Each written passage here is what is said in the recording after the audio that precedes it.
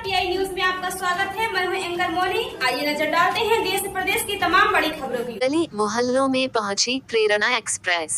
कटरा गुलाब सिंह मितेंद्र कीर्ति संवाददाता उप शिक्षा निदेशक मोहम्मद इब्राहिम के मार्गदर्शन में मार्च 2022 तक जनपद को प्रेरक जनपद बनाने हेतु प्रेरणा एक्सप्रेस प्रतापगढ़ का शुभारंभ मॉडल पूर्व माध्यमिक विद्यालय कटरा गुलाब सिंह के प्रभारी प्रधानाध्यापक मोहम्मद फरहीम अपने शिक्षक साथी अजीत प्रताप सिंह, पितामह यादव, मनोज कुमार, पवन कुमार, श्रीमती आशा मिश्रा आदि के साथ गली मोहल्लों में शिक्षा चौपाल लगाकर बच्चों, अभिभावकों तथा समाज को जागरूक करने के लिए डीएलएड प्रशिक्षुओं द्वारा तैयार प्रेरणा एक्सप्रेस नुक्कड़ नाटक वीडियो कार्यक्रम का स्मार्ट टीवी के माध्यम से प्रस्तुत किया गया, जिसकी प्रशंसा एवं सराहना ग्रामीणों एवं बच्चों के द्वारा खूब किया गया।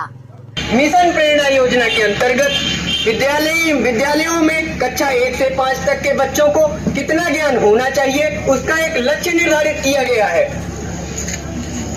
जरा अच्छे से बताइए भैया। जैसे कक्षा 1 के बच्चों को निर्धारित सूची के अनुसार कम से कम 5 अक्षरों को पहचानना आवश्यक है तथा इसी प्रकार गणित विषय में उन्हें 5 संख्याओं का ज्ञान होना आवश्यक है।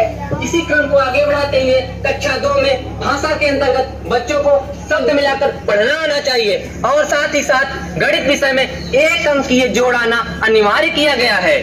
और कक्षा 3 के बच्चों को लक्ष्य निर्धारित किया गया है, उन्हें 30 शब्द प्रति मिनट की प्रवाह से पढ़ना आना चाहिए तथा गणित के विषय में अंकीय जोड़ घटाना आना चाहिए।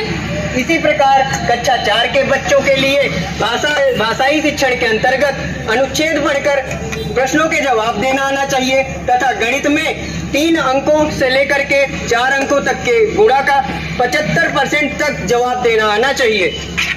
ठीक इसी क्रम में कक्षा 5 के बच्चों को बड़े अनुच्छेद पढ़ करके उनके प्रश्नों को हल करना आना चाहिए तथा गणित विषय में भाग के सवालों को 75% हल करना आना चाहिए। मिशन प्रेरणा के अंतर्गत प्रत्येक बच्चे तक इसका लाभ पहुंचेगा और हम अपने जनपद को प्रेरक जनपद तथा अपने प्रदेश को प्रेरक प्रदेश बना सकेंगे। इसका मुख्य बिंदु बुनियादी शिक्षा होगा और तो और ऑपरेशन कायाकल्प के तहत विद्यालय को साधन संपन्न बनाया जाएगा। अच्छा, इसके बाद क्या होगा भैया? छोटे छोटे बच्चों के लिए सुंदर सुसज्जित स्कूल और भवन बनाए जाएंगे जिसमें वो सारी सुविधाएं दी जाएंगी जो आजकल के बड़े बड़े प्राइवेट स्कूलों में नहीं दी जाती हैं। अच्छा, जरा और अच्छे से बताएं और क्या क्या होगा। सुव्यवस्थित कक्षा कक्ष, बैठने के लिए डेस्क बेंच, पीने के लिए पेयजल तथा बालक एवं बालिकाओं के लिए अलग अलग शौचालय का प्रबंध किया गया है। यही नहीं, बच्चों की सुविधा के लिए स्कूल के बाउंड्री वॉल पर सुंदर सुंदर आकर्षक चित्र बने होंगे जिनको देखकर बच्चे हर्षोल्लासित होंगे, सीखेंगे और विद्यालय आने में रुचि भी लेंगे। तब तो भैया हमारे बचवा तो स्कूलवा देख के ही खुश हो जाए। इतना ही नहीं, बच्चों की सेहत को ध्यान में रखते हुए उन्हें दोपहर में पौष्टिक भोजन दिया जाएगा। अब बच्चा पढ़ाई से भागेगा नहीं। ओ कैसे भैया, जरा अच्छे से बताइए। क्योंकि कक्षावार बच्चों को कितना आना चाहिए, इन सब का भी एक लक्ष्य निर्धारित किया गया है। अब हमारे बच्चों को पढ़ाई से डरने की कोई जरूरत नहीं है। अच्छा, और क्या होई? छोटे छोटे नन्हे मुन्ने बच्चों को विभिन्न सामग्रियों के द्वारा खेल खेल में सिखाया जाएगा जिसको कहते हैं फन लर्निंग। ये फन लर्निंग का है भैया, तनी हमहू को बतावा। फन लर्निंग के माध्यम से बच्चा खेल खेल में अपनी विषय वस्तु को सीखता है। अब भी बच्चा खेल खेल में सीखी हुई वस्तु को रुचि लेगा और वह विद्यालय आने में घबराएगा भी नहीं। बात तो ठीक बा भैया, पहले हमारे बच्चों था स्कूल अपना मौज भागा था, अब तो स्कूलों जाए और अच्छे से पढ़बो करी। हाँ बहन, क्योंकि छोटे ही नहीं अब बड़े बच्चों की पढ़ाई भी गतिविधि आधारित हो गई है। उन्हें नए नए तरीकों जैसे खेलकूद, गायन, वादन, चित्रकला, पठन इत्यादि के माध्यम से पढ़ाया और सिखाया जा रहा है। इतना ही नहीं, किसी भी कारणवश अगर किसी बच्चे की पढ़ाई छूट गई है, अब उसे भी वापस विद्यालय लाकर उसकी पढ़ाई जारी करवा दी जा रही है। लेकिन भैया, जो छूट गए हैं और बड़े हो गए हैं उनको कुछ आता ही नहीं है। गाँवों में कंचा, गुल्ली डंडा खेलते हैं, उन पर सब हंसेंगे नहीं। अरे नहीं नहीं भैया, इसके लिए भी चिंता करने की कोई जरूरत नहीं है। हमारी जो सरकार है ना, इन सब चीजों के लिए भी योजना लेके आई है। अरे बहन, अब ये कौन सी नई योजना आ गई, जरा इसके बारे में भी बताएं। उनके लिए भी योजना है। उनके लिए हमारी सरकार 50 दिन के उपचारात्मक शिक्षण की व्यवस्था की है, जिसमें वे बच्चों के साथ खेल खेल में सीखेंगे। ये तो बहुत अच्छी योजना है और प्रेरणादायक योजना है। हर बच्चे को उसकी योग्यता अनुसार पढ़ाया व सिखाया जाएगा।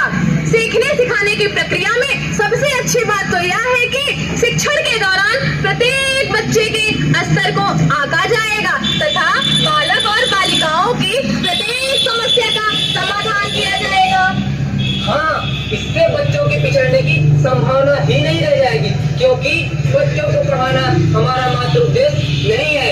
हमारा उद्देश्य बच्चों को पढ़ाई के साथ उनका भविष्य निर्माण करना है, क्योंकि आज के युवा कल के भविष्य होंगे। वो कैसे होए भैया, तनी हमहू बतावा, हमहू जाने। जैसे छोटे छोटे बच्चों में नेतृत्व करने की क्षमता का विकास करना, आत्मविश्वास बढ़ाने के लिए बाल संवाद तथा बालिकाओं के लिए मीना मंच का गठन किया गया है। ये तो बहुत सराहनीय कदम बा और बहुत प्रेरणादायक बा। इतना ही नहीं, इन्हीं मंचों के द्वारा बच्चों की प्रतिभाएं उभर कर आती हैं। अब उन्हें अपने अधिकारों और कर्तव्यों का भी बोध होगा। और सुनिए, इस समय हमारा देश ही नहीं संपूर्ण विश्व कोरोना जैसी वैश्विक महामारी से जूझ रहा है। इतनी कठिन और विपरीत परिस्थितियों में तब से लेकर अब तक हमारी शिक्षण व्यवस्था नहीं रुकी। अच्छा, जरा ठीक से और समझाएं। अरे बहन, जिन अभिभावकों के पास स्मार्टफोन है, हमारे अध्यापकगण इस कोरोना काल में भी उनको नए नए तरीकों जैसे ई पाठशाला, दीक्षा, यूट्यूब, फेसबुक, SCRT इत्यादि के माध्यम से घर पर शिक्षण कार्य करवा रहे हैं, ताकि वो अपने स्वास्थ्य का ध्यान रखते हुए विद्या अध्ययन कर सकें। इतना ही नहीं, सरकारी टीवी चैनलों पर भी पढ़ाई से संबंधित वीडियो क्लिप जारी करवा करके बच्चों की इस कोरोना महामारी के दौर पर भी पढ़ाई जारी करवा दी गई है।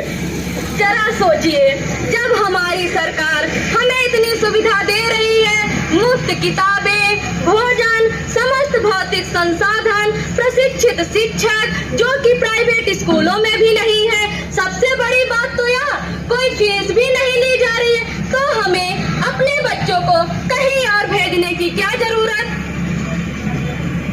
हाँ, बात तो आपकी 100% खरी है। हमारी सरकार द्वारा प्राथमिक विद्यालय के बच्चों के लिए मार्च 2022 तक बुनियादी शिक्षा को सफल बनाने के लिए एक महत्वाकांक्षी लक्ष्य तैयार किया गया है। तो आइए हम सब मिलकर संकल्प लेते हैं कि हम इन योजनाओं का लाभ लेंगे और अपने प्रदेश को प्रेरक प्रदेश बनाएंगे। पढ़ेगा बच्चा तभी